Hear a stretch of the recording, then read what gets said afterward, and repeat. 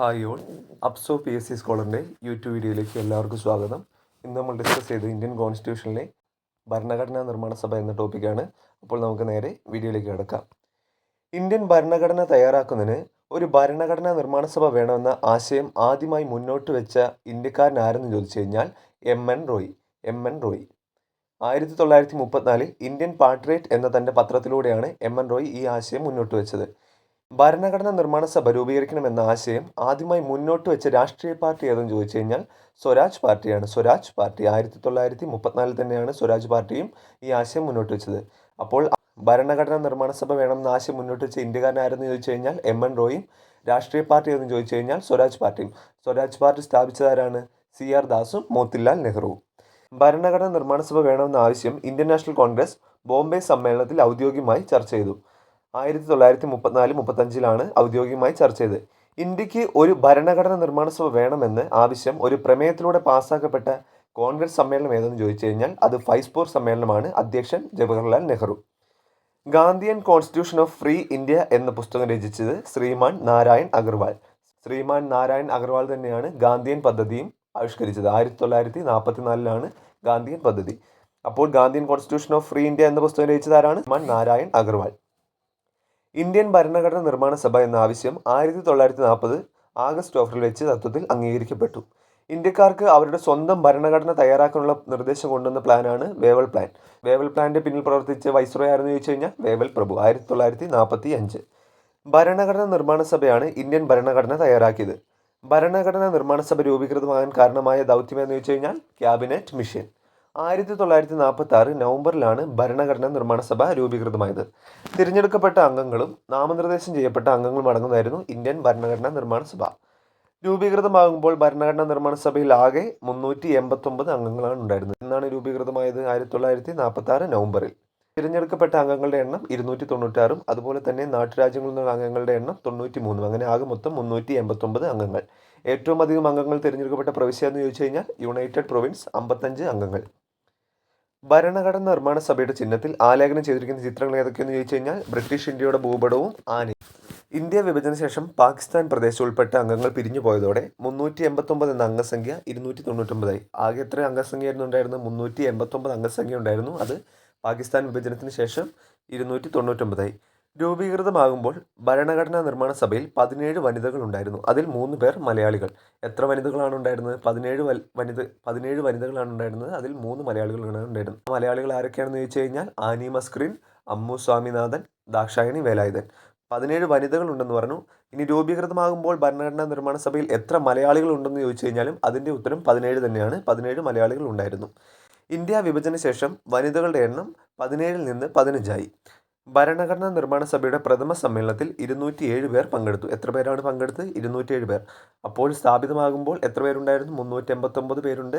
ആദ്യ സമ്മേളനത്തിൽ പങ്കെടുത്തവരുടെ എണ്ണം 207 പേർ. അതിൽ 9 പേർ വനിതകളായിരുന്നു. സമ്മേളനത്തിൻ്റെ പ്രഥമ വേദി എന്ന് ചോദിച്ചു കഴിഞ്ഞാൽ പഴയ പാർലമെൻറ്റിൻ്റെ സെൻട്രൽ ഹാൾ. ഇപ്പോഴത്തെ അല്ല, പഴയ പാർലമെൻറ്റിൻ്റെ സെൻട്രൽ ഹാളായിരുന്നു പ്രഥമ വേദി. പ്രഥമ സമ്മേളനത്തിൻ്റെ അധ്യക്ഷനായിരുന്നു ചോദിച്ചു കഴിഞ്ഞാൽ സച്ചിദാനന്ദ സിൻഹയാണ്. യഥാർത്ഥത്തിൽ നിശ്ചയിച്ചിരുന്നത് രാജേന്ദ്ര പ്രസാദിനെയായിരുന്നു അധ്യക്ഷനായി തിരഞ്ഞെടുത്തിരുന്നത്. എന്നാൽ ആദ്യ ദിവസം അദ്ദേഹത്തിന് എത്തിച്ചേരാൻ കഴിയാത്തതുകൊണ്ട് താൽക്കാലിക അധ്യക്ഷൻ ഡോക്ടർ സച്ചിദാനന്ദ സിൻഹ ആവുകയായിരുന്നു. ഭരണഘടനാ നിർമ്മാണ സഭയുടെ താൽക്കാലിക അധ്യക്ഷനാണെന്ന് ചോദിച്ചു കഴിഞ്ഞാൽ ഡോക്ടർ സച്ചിദാനന്ദ സിൻഹ. ഭരണഘടനാ നിർമ്മാണ സഭയുടെ സ്ഥിരം അധ്യക്ഷനായിരുന്നു ചോദിച്ചു കഴിഞ്ഞാൽ ഡോക്ടർ രാജേന്ദ്ര പ്രസാദ്. ഭരണഘടനാ നിർമ്മാണ സഭയുടെ പ്രഥമ സമ്മേളനം നടന്നത് 1946 ഡിസംബർ 9. എന്നാണ് ഭരണഘടനാ നിർമ്മാണ സഭ വന്നതെന്ന് ചോദിച്ചു കഴിഞ്ഞാൽ 1946 നവംബറിൽ. പ്രഥമ സമ്മേളനം എന്ന് ചോദിച്ചു കഴിഞ്ഞാൽ 1946 ഡിസംബർ 9. പ്രഥമ സമ്മേളനം അവസാനിച്ചത് 1946 ഡിസംബർ 23. 1946 ഡിസംബർ 11 രാജേന്ദ്ര പ്രസാദ് സ്ഥിരം അധ്യക്ഷനായി തിരഞ്ഞെടുക്കപ്പെട്ടു. അതുവരെ ആരായിരുന്നു? ഡോക്ടർ സച്ചിദാനന്ദ സിൻഹയായിരുന്നു. ഡിസംബർ 11 രാജേന്ദ്ര പ്രസാദ് സ്ഥിരം അധ്യക്ഷനായി തിരഞ്ഞെടുക്കപ്പെട്ടത്. 1946 ഡിസംബർ 13 ജവഹർലാൽ നെഹ്റു ലക്ഷ്യപ്രമേയം അവതരിപ്പിച്ചു.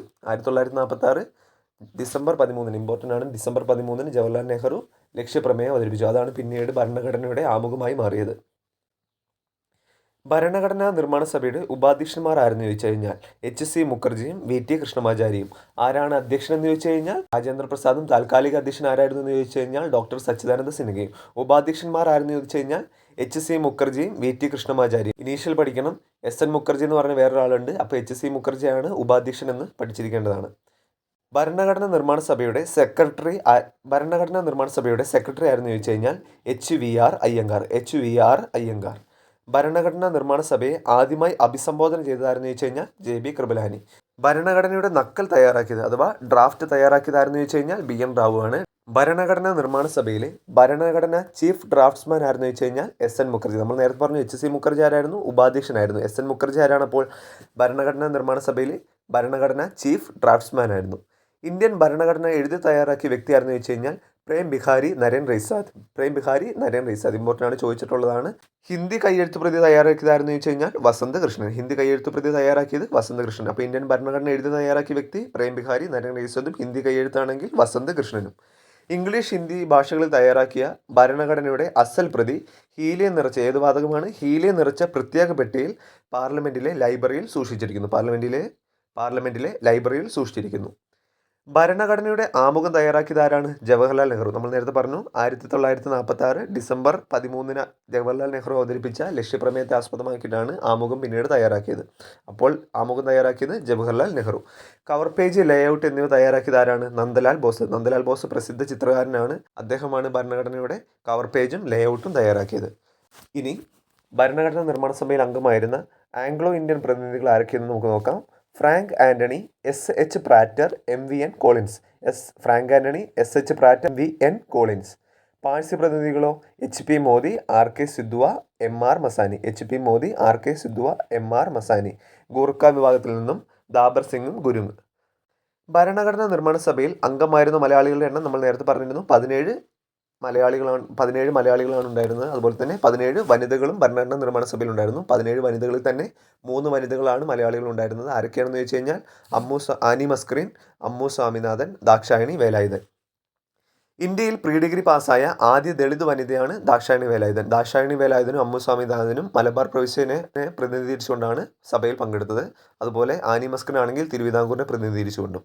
ഭരണഘടനാ നിർമ്മാണ സഭ ഇന്ത്യയുടെ നിയമനിർമ്മാണ സഭയായി മാറിയത് എന്നാണ്? 1947 ആഗസ്റ്റ് 14. ഭരണഘടനാ നിർമ്മാണ സഭ ഇന്ത്യയുടെ നിയമനിർമ്മാണ സഭയായി മാറിയത് 1947 ആഗസ്റ്റ് 14 അർദ്ധരാത്രി.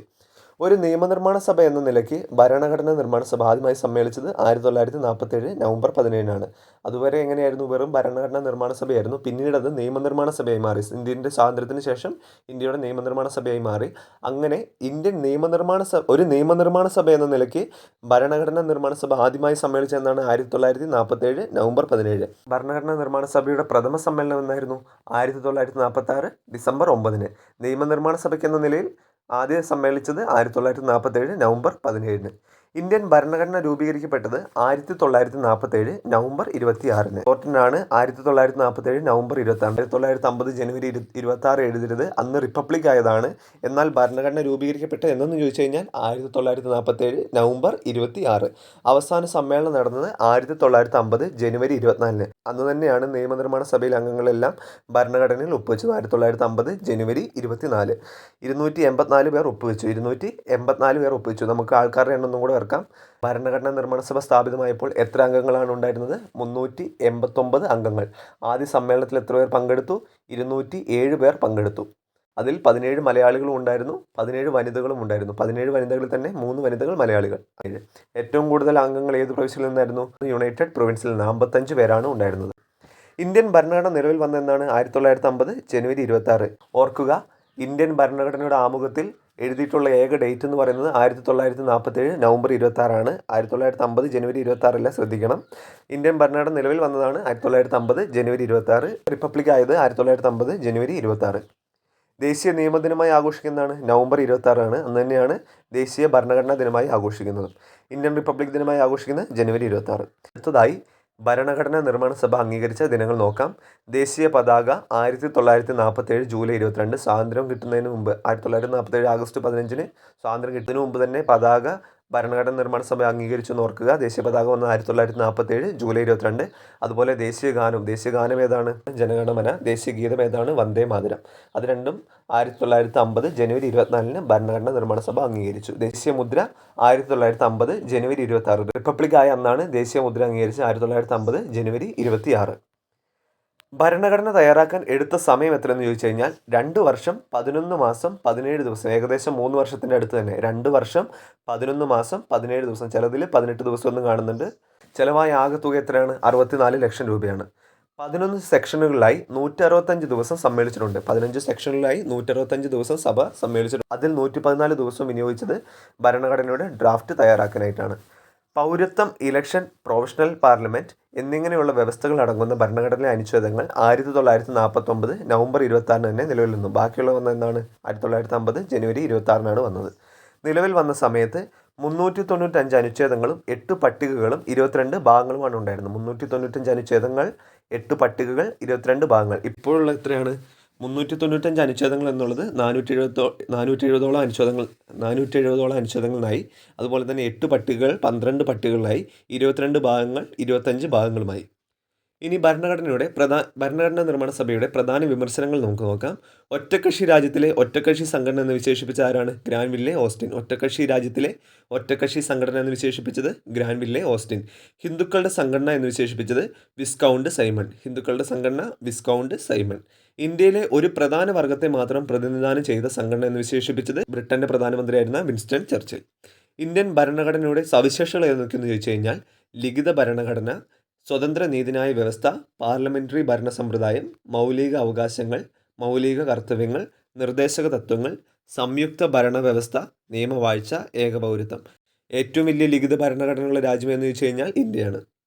ഭരണഘടനാ നിർമ്മാണ സഭയിലെ തന്നെ അവസാന പ്രസംഗത്തിൽ അംബേദ്കർ യൂണിയൻ ഓഫ് ട്രിനിറ്റി എന്ന് വിശേഷിപ്പിച്ച വാക്കുകൾ ഏതൊക്കെയെന്ന് ചോദിച്ചു കഴിഞ്ഞാൽ സ്വാതന്ത്ര്യം, സമത്വം, സാഹോദര്യം. യൂണിയൻ ഓഫ് ട്രിനിറ്റി ആരാണ് വിശേഷിപ്പിച്ചത്? BR അംബേദ്കർ. സ്വാതന്ത്ര്യം, സമത്വം, സാഹോദര്യം. അടുത്തതായി ഡ്രാഫ്റ്റിംഗ് കമ്മിറ്റി. ഭരണഘടനാ നിർമ്മാണ സഭയിലെ ഏറ്റവും പ്രധാനപ്പെട്ട കമ്മിറ്റിയായിരുന്നു ഡ്രാഫ്റ്റിംഗ് കമ്മിറ്റി. ഭരണഘടനയുടെ കരട് രൂപം സമർപ്പിക്കുന്നതിന് വേണ്ടിയാണ് ഡ്രാഫ്റ്റിംഗ് കമ്മിറ്റി രൂപീകരിക്കപ്പെട്ടത്. എന്നാണ് രൂപീകരിക്കപ്പെട്ടതെന്ന് ചോദിച്ചു കഴിഞ്ഞാൽ 1947 ആഗസ്റ്റ് 29. 1947 ആഗസ്റ്റ് 29 ഡ്രാഫ്റ്റിംഗ് കമ്മിറ്റി നിയമിക്കപ്പെട്ടത്. 7 അംഗങ്ങളാണ് ഡ്രാഫ്റ്റിംഗ് കമ്മിറ്റിയിൽ ഉണ്ടായിരുന്നത്. എത്ര പേരാണ്? 7 അംഗങ്ങൾ. അംബേദ്കർ ആയിരുന്നു ഡ്രാഫ്റ്റിംഗ് കമ്മിറ്റിയുടെ ചെയർമാൻ. ആദ്യം ശരിക്കും നിശ്ചയിച്ചിരുന്നത് രാജേന്ദ്ര പ്രസാദിനായിരുന്നു. എന്നാൽ പിന്നീട് അത് അംബേദ്കറിലേക്ക് ആവുകയായിരുന്നു ചെയ്തിരുന്നത്. ആദ്യം ഡ്രാഫ്റ്റ് തയ്യാറാക്കപ്പെട്ട വർഷം 1948 ഫെബ്രുവരി. പൊതുജനങ്ങളുടെ നിർദ്ദേശങ്ങൾക്കനുസരിച്ച് പരിഷ്കരിച്ച രണ്ടാം ഡ്രാഫ്റ്റ് 1948 ഒക്ടോബറിൽ പ്രസിദ്ധീകരിച്ചു. അവസാന ഡ്രാഫ്റ്റ് അംബേദ്കർ ആദ്യമായി ഭരണഘടനാ നിർമ്മാണ സഭയിൽ അവതരിപ്പിച്ചത് എന്തെന്ന് ചോദിച്ചു കഴിഞ്ഞാൽ 1948 നവംബർ 4 അവതരിപ്പിച്ചത്. ഇന്ത്യൻ ഭരണഘടനയുടെ സെക്കൻഡ് റീഡിംഗ് 1948 നവംബർ 15 ആരംഭിച്ച് 1949 ഒക്ടോബർ 17 പൂർത്തിയായി. മൂന്നാമത്തേതും അവസാനത്തേതുമായ റീഡിംഗ് 1949 നവംബർ 14 തുടങ്ങി 26 അവസാനിച്ചു. ഡ്രിഫ്റ്റിംഗ് കമ്മിറ്റി എന്ന് വിശേഷിപ്പിച്ച ആരെന്ന് ചോദിച്ചു കഴിഞ്ഞാൽ നസറുദ്ദീൻ അഹമ്മദ്. ഡ്രിഫ്റ്റിംഗ് കമ്മിറ്റി എന്ന് വിശേഷിപ്പിച്ചത് നസറുദ്ദീൻ അഹമ്മദ്. അടുത്തതായി ഡ്രാഫ്റ്റിംഗ് കമ്മിറ്റിയിലെ അംഗങ്ങൾ. 7 അംഗങ്ങൾ ഉണ്ടായിരുന്നു എന്ന് നമ്മൾ പറഞ്ഞു. ആരൊക്കെയാണ് 7 അംഗങ്ങൾ എന്ന് ചോദിച്ചു കഴിഞ്ഞാൽ അംബേദ്കർ, KM മുൻഷി, മുഹമ്മദ് സാദുള്ള, അല്ലടി കൃഷ്ണസ്വാമി അയ്യർ. അംബേദ്കർ, KM മുൻഷി, മുഹമ്മദ് സാദുള്ള, അല്ലടി Krishnaswamy Iyer. N Gopalaswamy Iyengar, TP Khaitan, BL Mitter. N Gopalaswamy Iyengar, DP ഗെയ്ത്തൽ, BL Mitter. അപ്പോൾ ആരൊക്കെയാണ് 7 പേർ? അംബേദ്കർ, KM മുൻഷി, മുഹമ്മദ് സാദുള്ള, അല്ലടി Krishnaswamy Iyer, N Gopalaswamy Iyengar, DP Khaitan, BL Mitter. ഗെയ്ത്താൻ്റെ നിര്യാണത്തെ തുടർന്ന് TT കൃഷ്ണമാചാരിയും BL മിത്തർ രാജിവെച്ചതിനെ തുടർന്ന് N മാധവറാവും പിന്നീട് ഡ്രാഫ്റ്റിംഗ് കമ്മിറ്റിയിലെ അംഗങ്ങളായി. BR അംബേദ്കർ. ഭരണഘടനയുടെ ശില്പി ആരെന്ന് ചോദിച്ചു കഴിഞ്ഞാൽ BR അംബേദ്കർ. അതുപോലെ സ്വതന്ത്ര ഇന്ത്യയുടെ ആദ്യ നിയമമന്ത്രിയും BR അംബേദ്കർ തന്നെയായിരുന്നു. ആധുനിക മനു, ആധുനിക ബുദ്ധൻ എന്ന വിശേഷണങ്ങളും അറിയപ്പെടുന്നതാണ് BR അംബേദ്കർ. ജനിച്ച വർഷം എന്ന് ചോദിച്ചു കഴിഞ്ഞാൽ 1891 ഏപ്രിൽ 14. ജനിച്ച ഗ്രാമം മധ്യപ്രദേശിലെ മോവ് എന്ന ഗ്രാമമാണ്. ലണ്ടനിൽ നടന്ന 3 വട്ടമേശ സമ്മേളനങ്ങളിലും പങ്കെടുത്ത ഇന്ത്യക്കാരിൽ ഒരാളായിരുന്നു BR അംബേദ്കർ. മഹർ പ്രസ്ഥാനത്തിന് രൂപം നൽകിയ വ്യക്തി BR അംബേദ്കർ. സ്ഥാപിച്ച സംഘടനയാണ് ബഹിഷ്കൃത ഹിതകാരിണി സഭ. 1924 ബഹിഷ്കൃത ഹിതകാരിണി സഭ രൂപീകരിച്ചത്. ആരംഭിച്ച പ്രസിദ്ധീകരണങ്ങൾ ഏതൊക്കെയെന്ന് ചോദിച്ചു കഴിഞ്ഞാൽ മൂക് നായിക്, ബഹിഷ്കൃത് ഭാരത്. 1956 ഡിസംബർ 6 അന്തരിച്ചു. ഡിസംബർ 6 എന്ത് ദിനമായി ആചരിക്കുന്നു? ഡിസംബർ 6 മഹാപരിനിർവാൺ ദിനമായി ആചരിക്കുന്നു. അന്ത്യവിശ്രമ സ്ഥലം എന്ന് ചോദിച്ചു കഴിഞ്ഞാൽ ചൈത്യഭൂമി. ചരിത്രത്തിന് മറക്കാൻ കഴിയാത്ത മനുഷ്യനെന്ന് അംബേദ്കറെ പറ്റി വിശേഷിപ്പിച്ചത് ആരാണ്? ഗാന്ധിജിയാണ് വിശേഷിപ്പിച്ചത്. ചരിത്രത്തിന് മറക്കാൻ കഴിയാത്ത മനുഷ്യൻ. 1990 മരണാനന്തര ബഹുമതിയായി ഭാരതരത്ന നൽകി രാഷ്ട്രം അംബേദ്കറിനെ ആദരിച്ചു. ഡോക്ടർ അംബേദ്കറോടുള്ള ആദരസൂചകമായി 2015 അദ്ദേഹത്തിൻ്റെ 125ാം ജന്മദിനത്തിൽ പ്രധാനമന്ത്രി നരേന്ദ്രമോദി പുറത്തിറക്കിയ നാണയങ്ങൾ ഏതൊക്കെയെന്ന് ചോദിച്ചു കഴിഞ്ഞാൽ 10 രൂപയുടെയും 125 രൂപയുടെയും നാണയങ്ങൾ. അടുത്തതായി അംബേദ്കറിൻ്റെ പ്രധാന കൃതികൾ ഏതൊക്കെയെന്ന് ചോദിച്ചു കഴിഞ്ഞാൽ waiting for a visa, the untouchables, Buddha or Karl Marx, Buddha and his dharma, who were Shudras, annihilation of caste. ഇതിൽ അൺഹൈലേഷൻ ഓഫ് കാസ്റ്റ് ഒരു പ്രസംഗ പരമ്പരയാണ്. ഏറ്റവും ലാസ്റ്റായി ഭരണഘടനാ നിർമ്മാണ സഭയിലെ കമ്മിറ്റികൾ നമുക്ക് നോക്കാം. 8 മേജർ കമ്മിറ്റികളും 14 മൈനർ കമ്മിറ്റികളുമായി ആകെ 22 കമ്മിറ്റികളാണ് ഭരണഘടനാ നിർമ്മാണ സഭയിൽ ഉണ്ടായിരുന്നത്. അതിൽ മേജർ കമ്മിറ്റികളും ചെയർമാൻമാരെ പറ്റി നമുക്ക് നോക്കാം. ഒന്നാമതായി ഡ്രാഫ്റ്റിംഗ് കമ്മിറ്റി. ഓൾറെഡി പറഞ്ഞു, ഡ്രാഫ്റ്റിംഗ് കമ്മിറ്റിയുടെ chairman Ambedkar. Union powers committee, പവറുള്ള ആരാണ്? ജവഹർലാൽ നെഹ്റുവിനായിരുന്നില്ലേ പവർ ഉണ്ടായിരുന്നത്. Union powers committee Jawaharlal Nehru. Union constitution കമ്മിറ്റിയും നെഹ്റു തന്നെയാണ്. സ്റ്റേറ്റ്സ് കമ്മിറ്റിയും നെഹ്റു തന്നെ. പ്രൊവിഷണൽ കോൺസ്റ്റിറ്റ്യൂഷൻ കമ്മിറ്റി ആയിരുന്നു ചോദിച്ചു കഴിഞ്ഞാൽ Sardar Vallabhbhai Patel. Provisional constitution committee Sardar Vallabhbhai Patel. Advisory committee on fundamental rights, minorities, tribal and excluded areas ഒക്കെ ചോദിച്ചു കഴിഞ്ഞാലും അതും Sardar Vallabhbhai Patel. Rules of procedure committee ആയിരുന്നു ചോദിച്ചു കഴിഞ്ഞാൽ രാജേന്ദ്ര പ്രസാദ്. അതുപോലെ സ്റ്റിയറിംഗ് കമ്മിറ്റി രാജേന്ദ്ര പ്രസാദ്. ഇത്രയൊക്കെയാണ് ഇന്നത്തെ വീഡിയോയിൽ നമ്മൾ ഡിസ്കസ് ചെയ്യുന്നത്. പുതിയൊരു വീഡിയോയുമായി വീണ്ടും കാണാം. ബൈ.